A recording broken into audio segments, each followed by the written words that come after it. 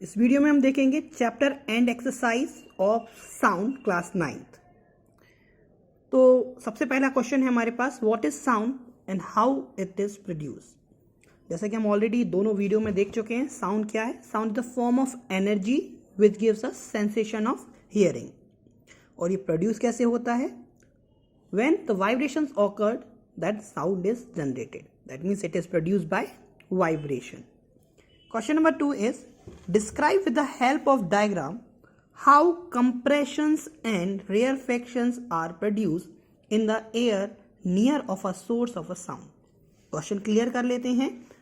Air के जब कोई भी साउंड सोर्स होता है, उसके आसपास की जो एयर होती है उसमें कंप्रेशन और रेयरफैक्शन कैसे जनरेट होते हैं वो हमें देखना है। तो हमने माना हमारे पास एक ट्यूनिंग फॉर्क है। जब भी इसको हम स्ट्राइक करते हैं तो ये आगे पीछे मूव करती है, मतलब कि इस साइड और इस साइड, फॉरवर्ड रिवर्स मोशन होता है।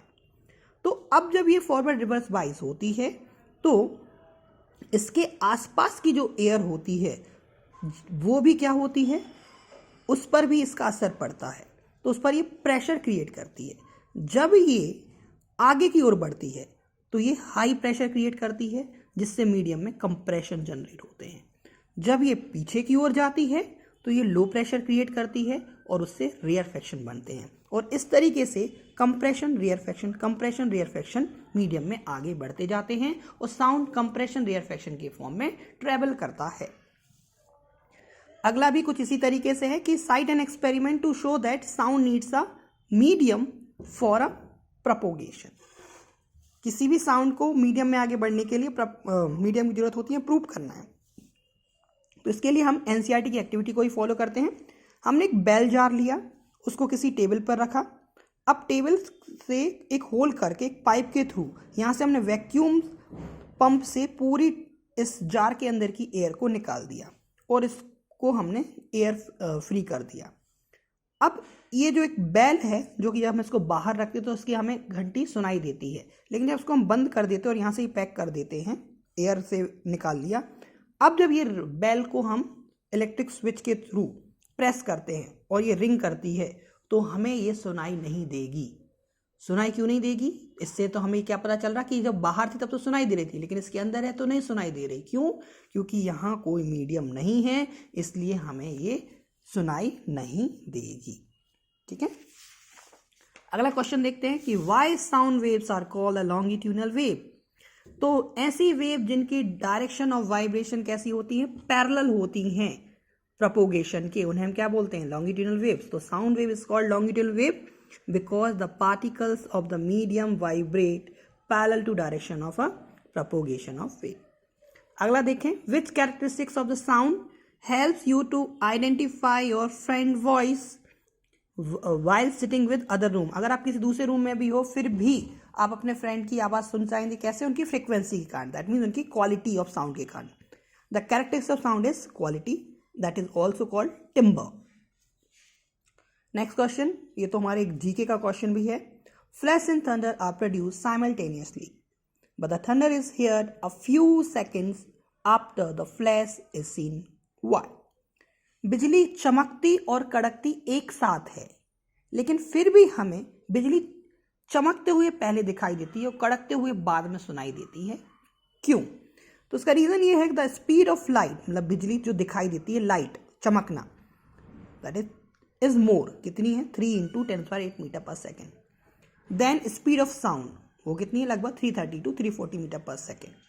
सो जब कोई वेव इतनी स्पीड से आ रहा है और इतनी स्पीड से आ रहा है, तो कौन जो ज़्यादा स्पीड से आएगा वो पहले हम तक पहुंचेगा, जो बाद में आएगा वो बाद में पहुंचेगा। स्लो आ रहा है तो बाद में पहुंचेगा। तो लाइट हम तक पहले पहुंच जाती है और साउंड हम तक देर में पहुंचता है। इसलिए हमें लाइट दिखाई पहले देती है और साउंड सुनाई बाद में देता है। That means we see the flash and thunder we will hear after that. Next question, a person has a hearing range of 20 Hz से 20,000 Hz. What are the typical wavelengths of these sound waves corresponding to frequency where the speed of sound is 344 meter per second? मतलब हमें Audible range दी गई है और हमें पता करना है कि ऑडिबल वेवलेंथ कौन कौन सी है, जबकि हमें क्या दिया है, साउंड की स्पीड दी है। तो हम जानते हैं वेवलेंथ, फ्रीक्वेंसी और स्पीड ऑफ साउंड में रिलेशन क्या होता है, v equal to lambda into F. तो यहाँ पे दो फ्रीक्वेंसी, इसलिए हम इसको f ना डिनोट करके f1 20 हर्ट्ज और f2 20,000 हर्ट्ज। ऐसी वेवलेंथ भी हमें दो निकालनी है, तो पहली वेव को लैम्डा 1 और दूसरी वेवलेंथ को लैम्डा 2 बोलेंगे। स्पीड दोनों में कौन सी है, 344 मीटर पर सेकेंड ही है। फॉर्मूला यूज करेंगे v equal to lambda into F, तो lambda is equal to v over f, तो lambda 1 is equal to v upon f1। v की वैल्यू कितनी है हमारे पास 344, f1 की वैल्यू कितनी है 20, सॉल्व किया कितना आ जाएगा 17.2 मीटर। ऐसे ही सेकंड के लिए सॉल्व करेंगे, तो lambda 2 is equal to v over f2, that is 344 upon 20,000, so it will 0.0172 meter. तो corresponding wavelengths are 17.2 meter for 20 hertz and 0.0172 meter for 20,000 hertz. Question number 8. Two children are at opposite ends of the aluminum rod. One strikes the end of the rod with a stone. Find the ratio of times taken by the sound wave in air and in aluminum to reach the second child. इस question में पहले बता दूं, यहाँ incomplete question है। अगर आपको ये क्वेश्चन आता है तो इसमें दो इन्फॉर्मेशन और होना जरूरी है, that is speed of sound in air, that is 346 metre per second, and speed of sound in aluminium, that is 6420 metre per second. जब ये हमारे पास डाटा होगा तभी हम इस क्वेश्चन को सॉल्व कर पाएंगे। क्वेश्चन क्या है समझ लेते हैं। हमारे पास एक स्टूडेंट ए है, एक स्टूडेंट बी है, इनके बीच में एक एल्यूमिनियम का वायर है या रॉड है या स्टील कुछ भी है। एक बच्चे ने यहाँ स्ट्राइक किया, साउंड स्ट्राइक किया मतलब साउंड जनरेट किया, तो साउंड यहाँ से भी इधर तक जाएगा और एयर से भी इधर तक जाएगा। तो हमें बताना है कि एल्यूमिनियम से जाने में लगने वाला समय T1 और एयर में लगने वाला समय T2, तो इन दोनों का रेशियो निकालना है, T1 रेशियो T2 निकालना है हमारे, ठीक है। तो माना कि एयर में कितना लग रहा है T1 और एल्यूमिनियम में T2, तो हम जानते हैं स्पीड इक्वल टू होता है डिस्टेंस अपॉन टाइम। तो टाइम इक्वल टू क्या होगा, distance upon speed, that is T1 equal to x upon V1। अब x हमारा कितना है, यहां से यहां तक का डिस्टेंस, क्या हमें पता है, नहीं, कोई बात नहीं, जरूरत भी नहीं पड़ेगी। जब रेशियो निकालना है तो ऑटोमेटिकली कैंसिल हो जाएगा।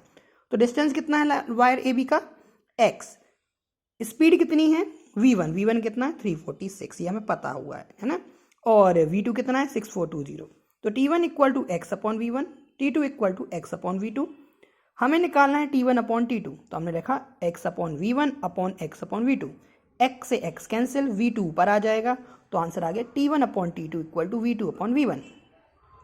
अब V2 की वैल्यू कितनी है 6420 एंड V1 की वैल्यू 346 पुट कर दिया, हमारा आंसर आ गया दिस वन। उसको सॉल्व करेंगे कितना आएगा, अप्रोक्सीमेटली 18.55 रेशियो 1। क्वेश्चन नंबर 9 देखते हैं। The frequency of source of sound is 100 hertz. किसी साउंड की फ्रिक्वेंसी है 100 hertz. How many times does it vibrate in a minute. तो वो एक मिनट में कितने बार वाइब्रेट करेगा। तो फ्रिक्वेंसी मतलब क्या होता है, number of vibration in 1 second. That means अगर फ्रिक्वेंसी हर्ट्ज है 100 हर्ट्ज है, तो number of vibration in 1 second कितना हो गया 100, और हमें कितने बार निकालना है, एक मिनट, तो एक मिनट मतलब 60 सेकेंड। तो number of vibration in 60 second is equal to 100 into 60, that is 6000 times. Question number 10, does sound follow the same laws of reflection as light does. Explain. Yes, sound भी light की तरह laws of reflection को follow करती है। That, और क्या है वो, पहला angle of incidence of sound is always equal to angle of reflection, and दूसरा the direction in which sound is incident, the direction in which it is reflected, and normal all lie in the same plane. यही दो law light के होते हैं reflection के, और यही दो लॉ हैं साउंड के रिफ्लेक्शन के। Question number 11, when a sound is reflected from a distant object an echo is produced. Let the distance between the reflecting surface and the source of the sound produced remains the same. Do you hear echo sound on a hotter day? Question समझ लेते हैं। हमारे पास दो thing है, एक है हमारे पास source of sound और एक है रिफ्लेक्टर। ठीक है, मतलब एक साउंड सोर्स है और एक सुनने वाला है। वहाँ से साउंड सुनाई देता, इको सुनाई देती है कुछ फिक्स डिस्टेंस के बाद। अब हम कह रहे हैं कि सोर्स को अपनी जगह रहने दो, रिफ्लेक्टर को अपनी जगह दे रहने दो। अब आपको क्या इको सुनाई देगी हॉटर डे में? और सुनाई देगी तो उसका क्या फर्क पड़ेगा? जल्दी सुनाएगी, बाद में सुनाई देगी, क्या होगा? तो अब हम जानते हैं speed equal to distance upon time, तो time equal to distance upon speed. हमने क्या दोनों ऑब्जेक्ट के बीच की डिस्टेंस को चेंज किया? नहीं। स्पीड को चेंज किया? बिल्कुल। कहाँ किया सर? चेंज किया ही नहीं।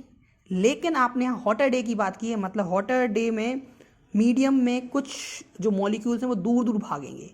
जब मॉलिक्यूल्स दूर दूर भागेंगे तो स्पीड क्या हो जाएगी? स्पीड चेंज हो जाएगी, मतलब कि स्पीड स्लो हो जाएगी। मॉलिक्यूल पास पास थे मतलब सॉलिड, थोड़ा दूर दूर हो गए मतलब कि लिक्विड, कम होती है ना, उसी तरीके से समझना है। जैसे ही गर्मी आएगी मॉलिक्यूल भागने लगेंगे मतलब कि वहाँ स्पीड क्या हो जाएगी? कम। अब स्पीड कम होगी तो टाइम क्या होगा? ज़्यादा। क्यों? क्योंकि time is inversely proportional to speed.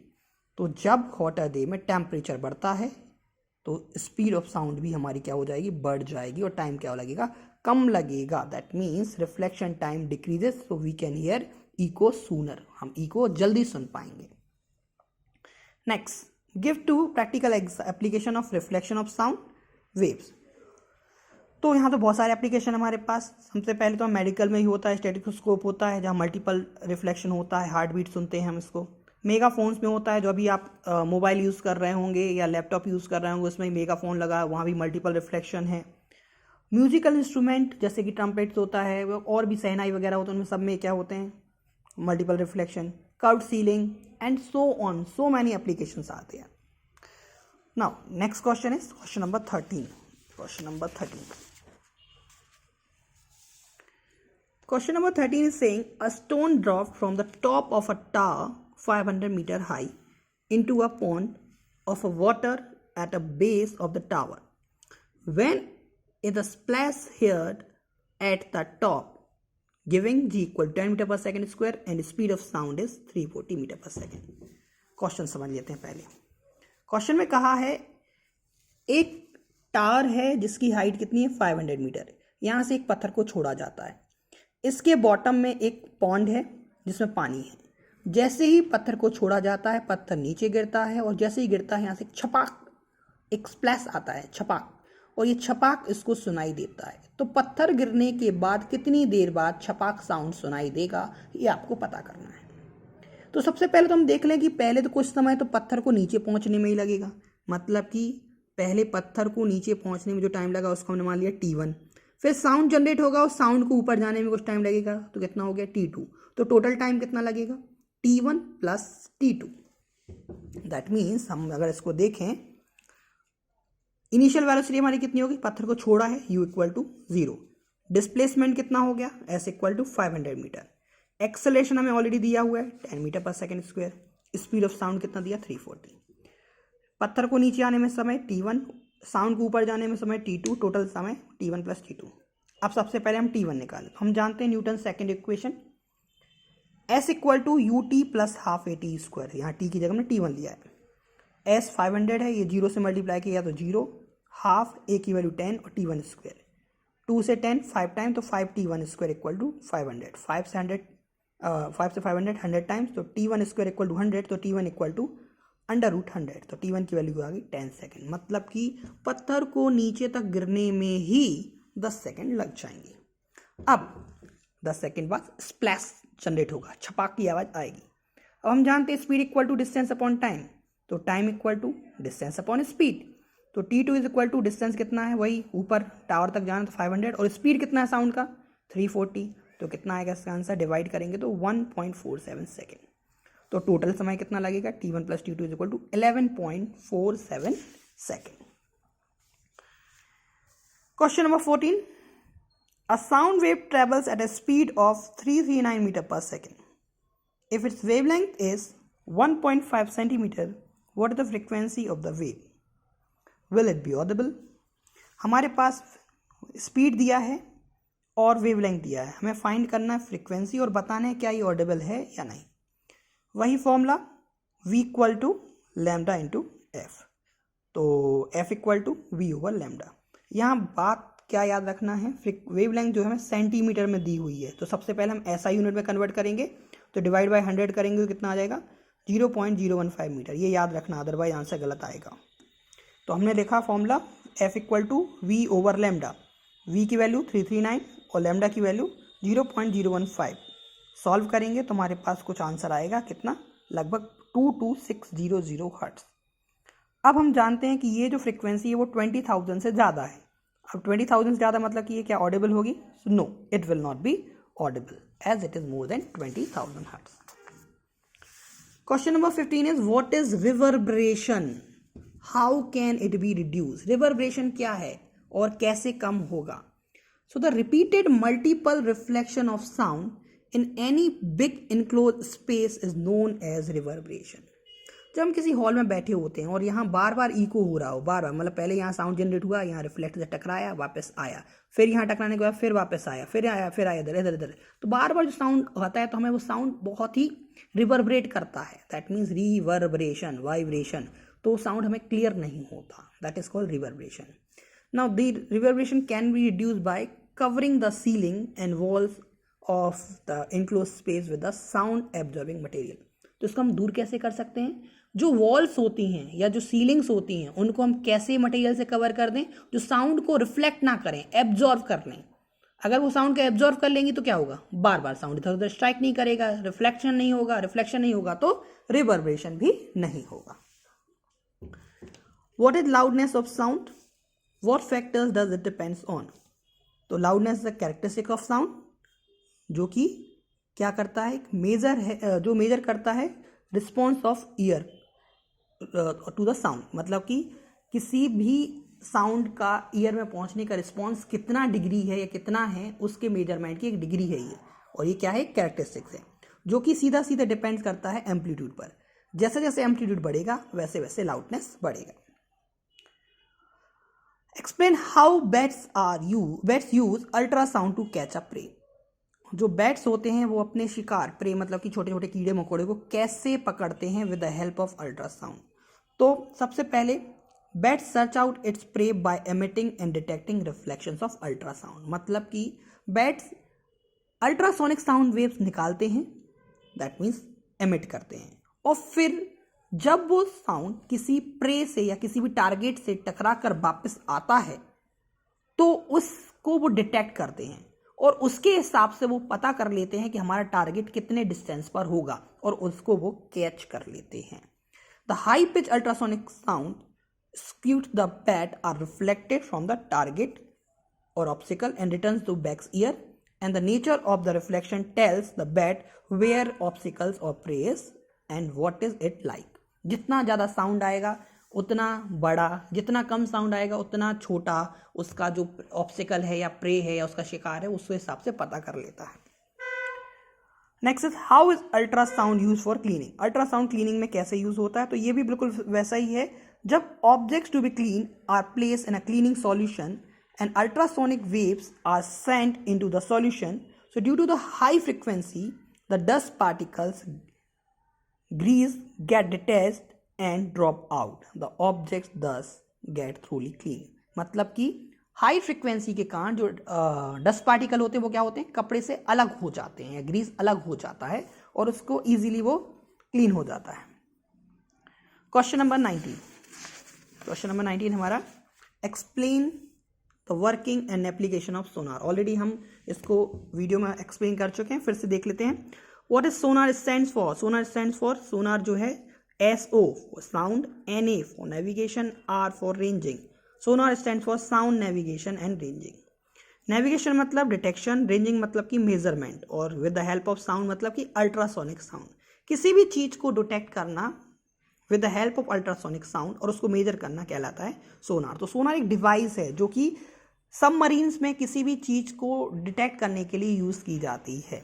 कैसे करती है? तो इसके पास एक ट्रांसड्यूसर होता है ट्रांसमिट करने वाला और एक होता है डिटेक्टर रिसीव करने वाला। ये सिग्नल को ट्रांसमिट करते हैं विद कांस्टेंट स्पीड v।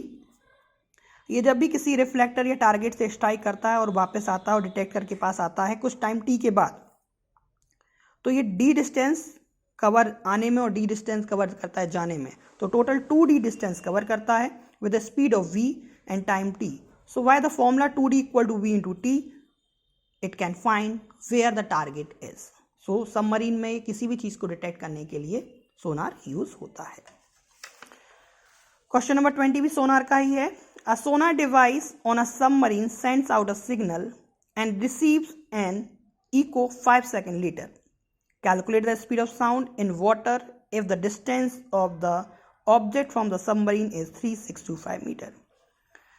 मतलब हमारे पास इस बार हमें इको का टाइम दिया है, t दिया है, और डिस्टेंस भी दी है 3625 मीटर। हमें निकालना है स्पीड। तो सोनार फॉर्मूला क्या है, 2d equal to v into T, तो v equal to 2d by T.